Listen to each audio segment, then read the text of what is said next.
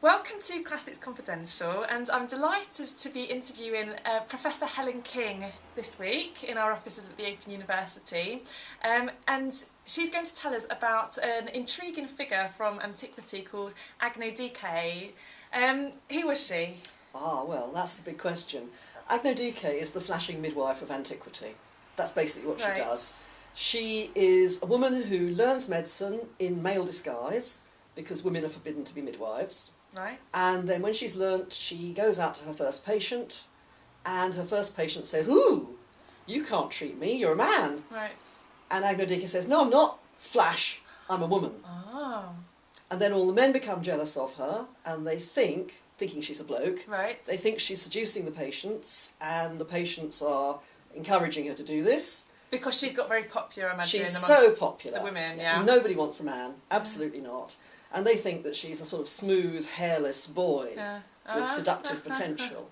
So all these women who are kind of in childbirth are apparently, you know... Apparently. No, there's something wrong They've here. got their minds on sex, which I don't think is probably true, There is something very odd going on here, Yeah. absolutely. So the men accuse her, and she goes to trial, and in front of the court she says, "I can't be seducing these women because look, ta-da! I'm a woman! I'm a woman." So they go, hang on a minute, you shouldn't be learning medicine. Right. So they get her on the other charge of learning medicine when she's a woman. So then the leading women of Athens turn up and say, "You are not husbands, but enemies, for you condemn to death she who brought us life." My goodness. Stirring. Okay. You've answered one of the questions that just occurred to me, which was kind of where and when was it? I mean, is this a historical story? Or? Over the course of Western history, this has been taken as a historical story. So you get people in the 16th, 17th century saying there was this law in Athens and sort of reconstructing the words of it, that women should never learn medicine. And then at the end of the story, the law is changed as a result of Agnodike's pioneering stuff. So there's another law, and they try and date them. And it's really hard to date the story because it sounds sort of 5th century. Because the court she goes up to is the Areopagus, and her name is clearly Greek. The Agnodike, probably Hagnos, chaste, Dike, justice, because she shows in front of the court that she's not seducing women, so chaste before justice. And there's another character in it. The only other character with a name is a certain Herophilus. And Herophilus, real 3rd century BC medical guy, who wrote a lot on the female body. Is he the guy that did the dissections? That's the thing. He's the one who did human dissections in 3rd century BC Alexandria. And that leads to all sorts of really interesting questions about Agnodike if you think she's historical. So in the 19th century you get people writing about her saying, well, so did she do dissections? Because Herophilus, he was Mr. Dissection. Well, surely she couldn't have done that because if women did dissections, that would ruin their femininity. So she couldn't have done something like that, surely not. Interesting. So you've got the historical character there, but that doesn't mean she's historical. You could have just inserted him to make the story work better. And the text that records her is a mythographer, isn't it? It's a mythographer, Hyginus. The trouble with him is we haven't even got a date for him, which is great. So this is a really free-floating story.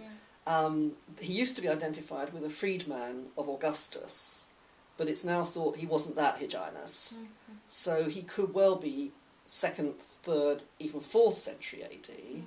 And then where does he get the story from? Because he summarises all sorts of lost plots of myths that we don't have. So what's he got it from? And it's kind of weird because it comes in a list of who invented what, or who discovered what. Quisquid invenit.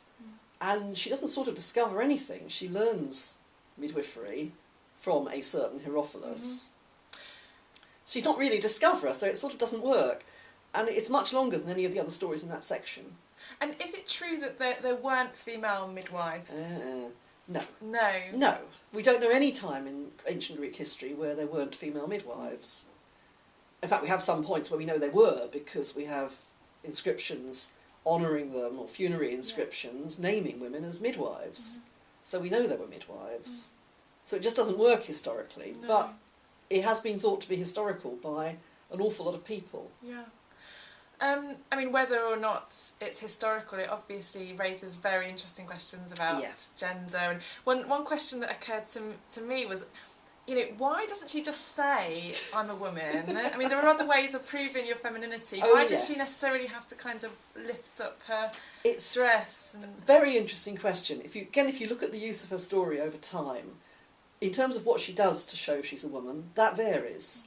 So you get women writers in the 16th century saying she shows her breasts, which is, of course, another possible method. Yeah. It's as if they're saying, well, this gesture she's using is kind of rather rude, and we're not going to represent a woman doing that, because it implies all women are sort of common, cheap, and generally showing their bits. What do you mean, showing, lifting up, so they'd rather... It's rather... Exactly, that's somehow less that's rude. Really tasteful. Yeah, really tasteful. They get very excited. There's this wonderful woman, Catherine de Roche, in the 1570s, who talks about Agnodike sort of revealing her beautiful little breasts like apples, and just really gets quite overcome with the breasts. Yeah.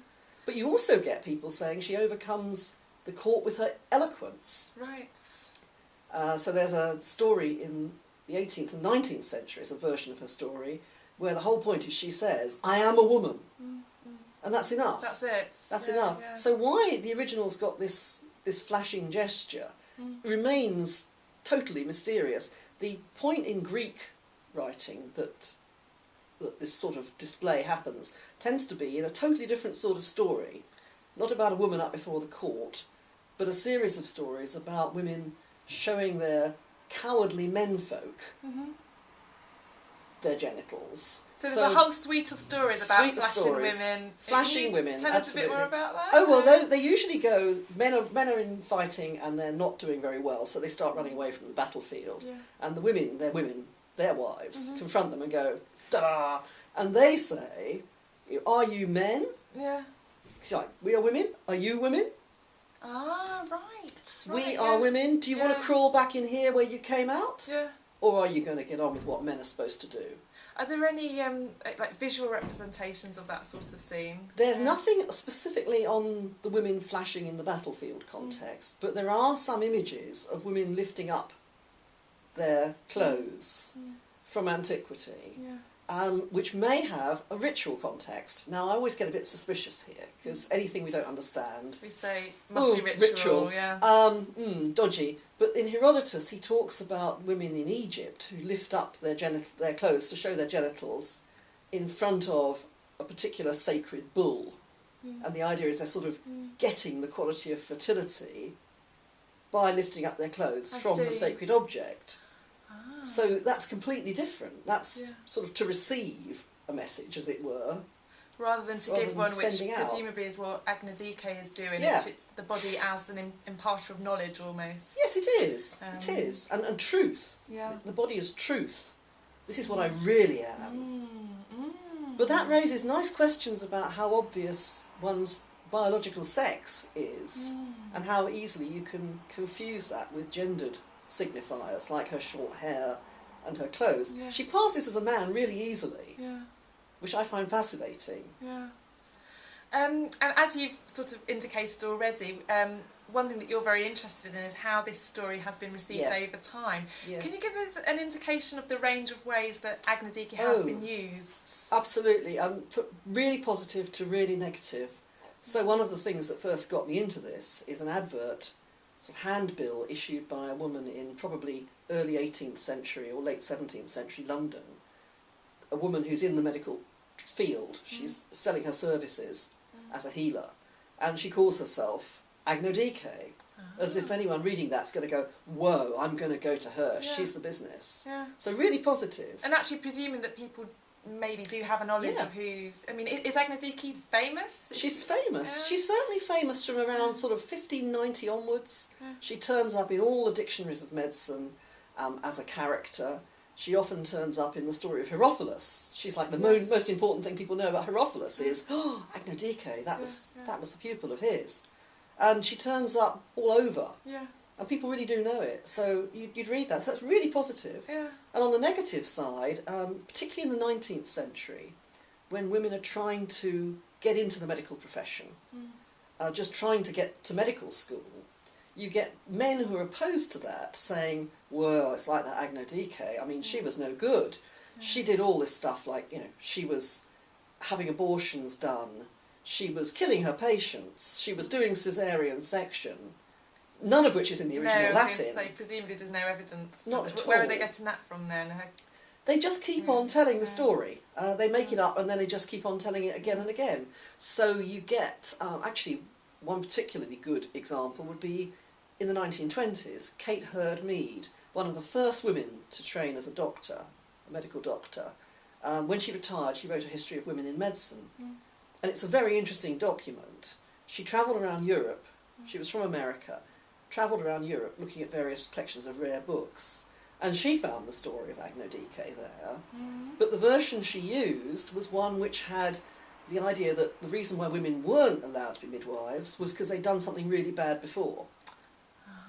So you then speculate what's really bad, and you think, going outside their field of expertise, abortion. Yes. So she told the version with abortion in it, and then a lot of 20th century users picked that up. It's the way that these stories get changed in a particular way, and then that version just strikes a chord. It was a nice version in a way because it explains how the Athenians had no midwives when we know they did. Because you can speculate they used to have midwives, which fits with the historical evidence. Yeah. Then the midwives went a bit too far, so they stopped them. Then Agno Dike did her thing and proved they were actually really good, so they came back again. Do modern day contemporary midwives, I know you've done work and collaborations with midwives, do they know about Agno Dike? No, they don't. I'm going to write something for a midwifery journal quite soon because I gave a talk at the Royal College of Midwives Archives launch, because they've just put their archives together at the Royal College of Obst and Gyne. And so I went to the launch day and I told them the story and they were amazed. They thought she was a really exciting character. Yeah. So she used to be really big in midwifery education. In the 17th century, she was in one of the textbooks that midwives were supposed to learn from. So you'd get her story quite early in your training, which was interesting. It was written by a male writer, but it was the story straight from Hyginus. I see. Yeah. So she's offered up as a kind of founding figure of the discipline in a way. Absolutely. But then in the 18th century, you get writers who are entering midwifery as men, what are called men midwives, who claim in the 18th century that men are not just needed in difficult childbirth, when you have to do something surgical, but are actually your best port of call if you've got a normal childbirth. And these men midwives, trying to get into normal childbirth, drop Agno Dike.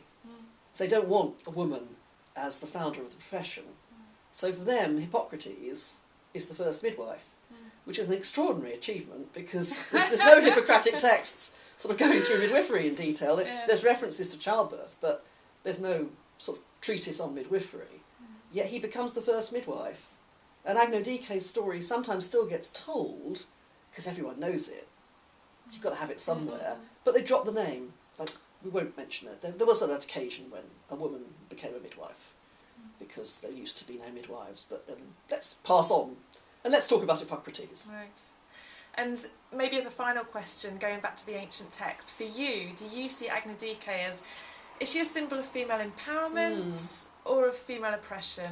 Ooh, that's a tricky one. I'm going with empowerment. I really love her. I think she's extremely feisty. I love the way that she just goes for it.